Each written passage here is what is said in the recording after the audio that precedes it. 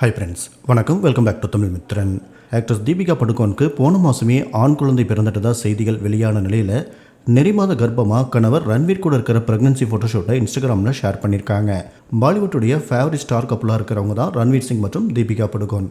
ராம்லீலா படத்தில் சேர்ந்து நடித்தப்ப காதலிக்க தொடங்கி 2018 அவங்க திருமணம் பண்ணிக்கிட்டாங்க. இதை தொடர்ந்து போன பிப்ரவரி மாதம் தீபிகா கர்ப்பமாக இருக்கிறதா அனௌன்ஸ் பண்ணியிருந்தாங்க.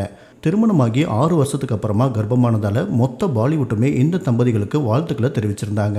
இதையடுத்து தீபிகா படுகோனுக்கு ஆண் குழந்தை இருந்தால் அதிர்ஷ்டம் அப்படின்னும், தீபிகா மற்றும் ரன்வீருடைய ஜாதகப்படி அவங்களுக்கு ஆண் குழந்தை பிறக்கும் அப்படின்னு செய்திகள் வெளியான நிலையில் அடுத்த சில நாட்கள்லேயே இவங்களுக்கு ஆண் குழந்தை பிறந்துருச்சு அப்படின்னு சொல்ல ஆரம்பிச்சிட்டாங்க.